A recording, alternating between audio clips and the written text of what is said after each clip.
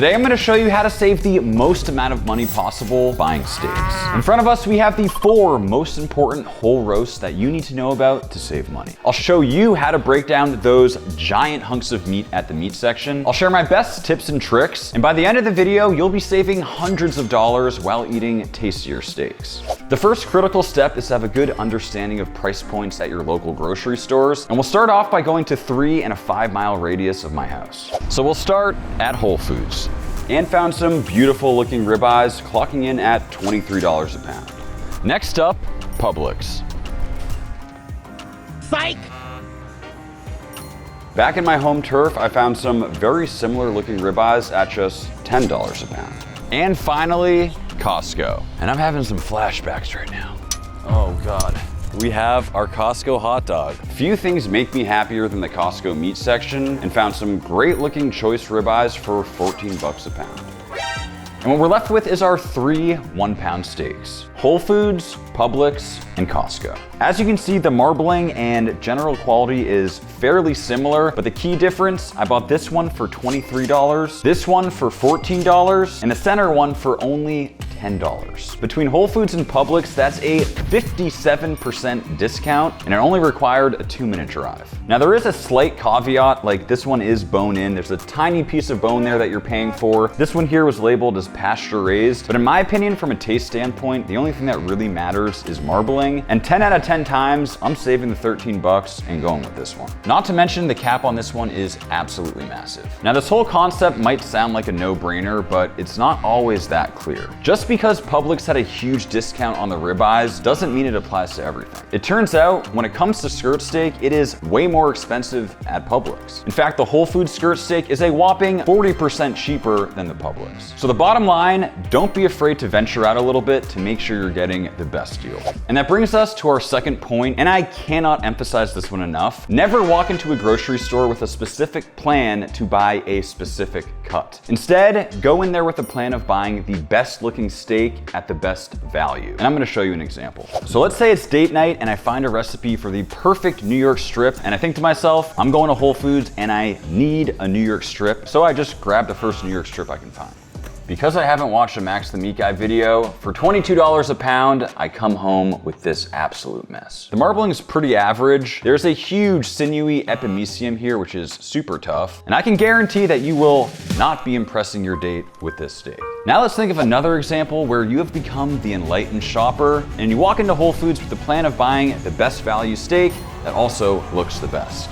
In this case, what I would be walking out with is this beautiful sirloin flap steak. It is a massive $6 a pound cheaper, and though technically the New York strip is considered a more premium steak, the difference in quality here is staggering. As you can see, the color and just overall marbling on this flap steak is out of control. Cook this to medium rare and slice against the grain, and I bet you my life, this steak will be significantly better, and you save $6. So that brings us to our next point. Outside of price, what specifically should you be looking for when buying steak? Now, the number one most important thing to look for is good marbling. Marbling are those specks of intramuscular white fat that you see inside of a steak. It's what leads to better flavor, juiciness, and tenderness, and in general, the more marbling, the better. And to exemplify those differences in marbling, we have 3 very different steaks. We have one choice grade ribeye, a prime grade ribeye, and an absolutely ridiculous Wagyu A5 ribeye. In general, the more marbling, the more expensive the steak, but the thing is, the grading system is definitely not perfect, and you can often find some major discrepancies that allow you to buy way better steaks at way better prices. Both of these steaks were labeled as choice grade, and each were priced at $13 a pound. But in terms of marbling, there's a pretty significant difference. This one here has really great marbling, and in my opinion, could easily pass for prime grade, which is typically $3 or $4 more expensive. By no means is this one a bad steak, but it does have significantly less marbling, despite being the same price. So the key is to be highly selective when choosing your steaks and try to find those that are punching above their weight class in terms of marbling. Our next point is to stop wasting money on dry aged steaks. Now, I have nothing wrong with dry aged steaks. In fact, I absolutely love them. But before you buy one, be sure to ask your butcher how long it's been dry aged for. For the dry aged ribeyes there, how long are they dry aged for? I'm the manager, they don't tell them, they just dry aged. If the butcher doesn't know how long the steak's been dry aged for, stay away at all costs. Theoretically, they could dry age it for 3 days, call it dry aged, and charge 30 bucks a pound. In the 3 to 4 week range, you will have some differences in texture and tenderness, but if you're interested in tasting those funky and nutty flavors that are distinctive when it comes to dry age, it has to be at least 30 days. And it is finally time for the section where we see the biggest cost savings, and it's also the most fun, because we're gonna be breaking down some massive pieces of meat, and it all starts at Costco.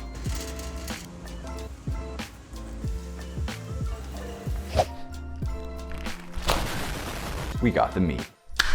In front of us, we have the 4 most important whole roasts that you need to know about to save money. And the first loin we'll be breaking down is the whole ribeye roast. We're saving 15% at Costco by buying it whole, and a staggering 50% if we were to buy this amount of meat at Whole Foods. But what do we do with it? The first important step is to buy the right one. And at Costco, you'll find me digging through tons of rib roasts looking for one specific thing. It can be a little tricky, but what you want to do is try to find one with the most amount of marbling as possible through that plastic steel. And this one was best of the bunch. And to clarify, what this whole cut breaks down to are those beautiful ribeye steaks as well as a prime rib. This is an optional step, but I do like to remove this membrane here. Specifically when you're cooking it whole as a prime rib, this is all gonna be really tough silver skin that you don't want to eat. So I'm really not removing any meat at this point, just silver skin and a little bit of fat. By removing this, our seasonings will stick way better and your guests won't have to chew into this. And it's important to understand the difference between the 2 sides of the rib roast. Over here, we have the chuck end, which is closer to the front of the animal. You can see how it has that really big cap, which is the best cut on the cow. Compare that to the other side. This is the part connected to the New York strips with a significantly smaller cap. And from here, we'll take some ribeye steaks. The beautiful thing is you can go as thick or thin as you want. I'm gonna do a few, probably an inch to an inch and a half thick.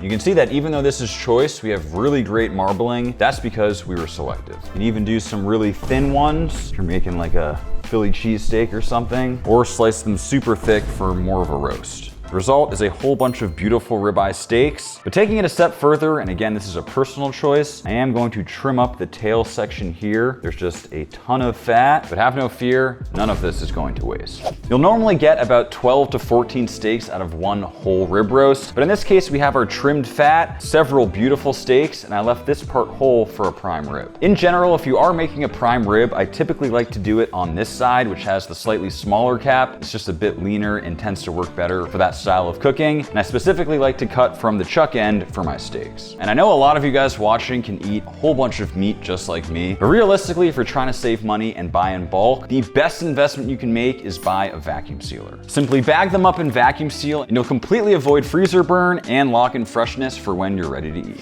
Whoa! First time wearing a white shirt on this channel, which brings me to the sponsor of today's video, Bombas. I'm the type of guy who spent a lifetime trying to find clothing that actually fits well and feels good. Especially now, I spend a ton of time on my feet, and it's important for me to be wearing stuff that's actually comfortable. Bombas has achieved just that. For example, with this shirt I'm wearing, there's no itchy tag that I have to take off, and it truly feels like I'm wearing a cloud. I've also never owned high quality socks before Bombas, but you can feel the difference. There's no annoying seams on the toes, and they hug your feet in a way I've never experienced. Best of all is the underwear. The fabric is extremely soft and breathable. They've spent years on R&D testing and creating products for ultimate comfort. On top of that, Bombas is a purpose-driven brand. With every item purchased, one gets donated. They make the top 3 most requested clothing items in homeless shelters: socks, underwear, and t-shirts, and so far they've donated over 100 million items of clothing across the US. Feel good and do good with Bombas, knowing your purchase is doing some real good. Not to mention they offer a 100% happiness guarantee. New customers get 20% off their first purchase. Just click the link in the description or go to bombas.com/max and use code MAX20 at checkout. But don't think we forgot about that beautiful fat we cut off. There's a few things you can do with it, but the first thing I'm going to show you is how to make homemade beef tallow. Beef tallow is an amazing cooking fat that's usually really really expensive. The flavor is off the charts, and it's actually very easy to make. You can optionally add a little bit of water to help with the process, but really all you need to do is throw it on low heat and let it render. And after a couple hours on low heat, this is what we got. The smell is unreal. And there are so many great uses for this stuff. You can sear a steak, throw it over potatoes for the greatest roasted potatoes of all time. It is truly that liquid gold. Not to mention, you're left with these beautiful fried fat snacks, as I like to call them. They taste amazing. They don't taste amazing. And our next money-saving roast is this guy right here. At $8.89 a pound, believe it or not, this whole New York strip was only $117. By buying this thing whole at Costco, we've saved 20%, and the cost savings compared to Whole Foods is a staggering 60%. Compared to Whole Foods, that is a $172 difference. We have some huge cost savings, and the nice thing about this one is, just like the ribeye, there's pretty much no trimming to do, and you can just slice your beautiful steaks. Again, going as thick or thin as you want for maximum control. And that is the perfect New York strip steak. We have some beautiful steaks, and I left this one big roast right here. My ultimate hack if you're cooking for people and it's like prime rib season, I almost always go for a whole New York strip. People really can't tell the difference, and it is significantly cheaper. We'll get these vacuum sealed and move on. Now we're moving into territory that gets me very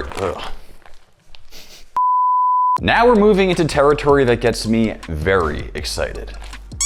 At under $6 a pound, we have a whole beef chuck roll. Now it might look daunting, but this thing is filled with some incredible cuts at an incredible price point. The chuck roll is the whole shoulder, and this part right here is where those ribeyes are directly attached to. You can see how this bottom section is very reminiscent of that ribeye. The first thing we need to do is remove the chuck eye roll. And to start, find the side that looks like the ribeye, which again is this right here. And our goal is to remove this section by following this seam. And a lot of this can be done by simply peeling it away. Every once in a while using your knife, but really the seams should do the work. And what we're left with is that extension of the ribeye called the chuck eye roll, and this top part here, which is primarily our Denver steaks. From the chuck eye roll, there's a few things we get to do with it. The first is get our amazing chuck eye steaks, often known as the poor man's ribeye. That's gonna be this first roughly 3 to 4 inches coming off the ribeye. I like to cut these relatively thick, probably like 2 1.5 inch steaks. And these are essentially ribeyes on steroids. You can see the ridiculous marbling. It still has a great deal of that cat muscle. This steak is rare and hard to beat. With those poor man ribeyes removed, what we're left with of the chuck eye roll is quite possibly the best cut for like a pot roast. You can smoke this thing whole, cube it up for stew meat. The options are endless. Now we'll move on to the rest of that chuck roll. At this point, we'll have one side that's fairly clean, but we'll start on the side with all the silver skin. And using a knife, start to remove it. Again, a lot of this can be done with your hands. With the silver skin removed, you can see how it has that long, thick, and defined fibers. This is the Sierra steak. Once again, following the seams, you can really just use your hands to peel this one away. This is a really fun cut, quite similar to flank steak. It's critical that you cut it against the grain, but grill it up over high heat and you have something very unique that you really can't buy in a store. And that right there is perfect. And we've made it to one of my all-time favorite cuts, the Denver. We'll start by trimming up all this fat, but don't forget, we're saving all of this. And what we've exposed is almost like this fan-shaped roast. Some people describe it as a baseball mitt. If you've reached this point and you're following along, the next slice is gonna be right here. We almost have these fingers, it's right on the 5th one. And this piece we've removed is gonna be some of the most premium stew meat possible. As you can see, it is packed with marbling. And we'll add that to our harvest. Not gonna lie, it does take a bit of work, but we have made it to our Denver. We'll start on the short side. I'll square it up, add this to our trim, and we'll leave them at about 1 inch thick, slicing the Denver steaks. And here's why that cut is so special. Just check out that marbling. And in that one chuck roast, we're left with all this incredible meat. We have our Denver steaks, the Sierra steak, our poor man ribeyes, a beautiful roast, a whole bunch of trimming for tallow and burgers, and quite a bit of stew meat. So with a bit of work, we saved a full $33 by buying the whole chuck roll and breaking it down ourselves. But probably my favorite reason for breaking down a cut like this is we get some extremely unique cuts that you really can't find in a grocery store. And we have made it to the top sirloin. Known as the rump or top sirloin at $5.99 a pound, this guy right here is probably the best value to buy in bulk. The top sirloin is where we primarily get our picanha and sirloin steaks from, and it's actually pretty easy to break down. Flipping it over, the first thing we need to locate is the picanha, otherwise known as the top sirloin cap. That fat cap over the top, that picanha is gonna be this muscle right in here. And once again, following the seam, you can use your hands and a knife and start to remove it. Again, letting those seams do the work for you. You really want to avoid cutting into any meat here. And just like that, you'll get it removed. And what we've pulled off here is the picanha, which we'll trim up. We do want to leave on that fat cap, but only on that portion that covers meat. There's also going to be quite a bit of silver skin. I'm going to insert your knife facing upwards, peeling away as much as possible without removing too much meat. Get rid of all this thick, hard fat and just square it up. And you're left with a beautiful picanha that you can roast or smoke whole, but I like to slice into steaks. And for steaks, you actually want to find the grain, which is running this way, and start by slicing with it. You can probably get a solid 4 to 5 steaks out of this roast. And that is the perfect picanha steak. And by slicing these steaks with the grain, once they're cooked and it's time to slice, we'll actually be able to slice against the grain for tenderness. Now let's move on to the rest of the sirloin, and there is quite a bit of fat and sinew, which we'll start to remove on the bottom side only. All this stuff here is really thick. You can certainly use some of it for tallow and burgers. And with our top sirloin completely trimmed up, we can actually start taking our sirloin steaks from here, though there is one kind of cool muscle that I recently learned about from my good friend Chef Andy. It's this little muscle right here called the pillow steak, and you can kind of use your hands to remove it.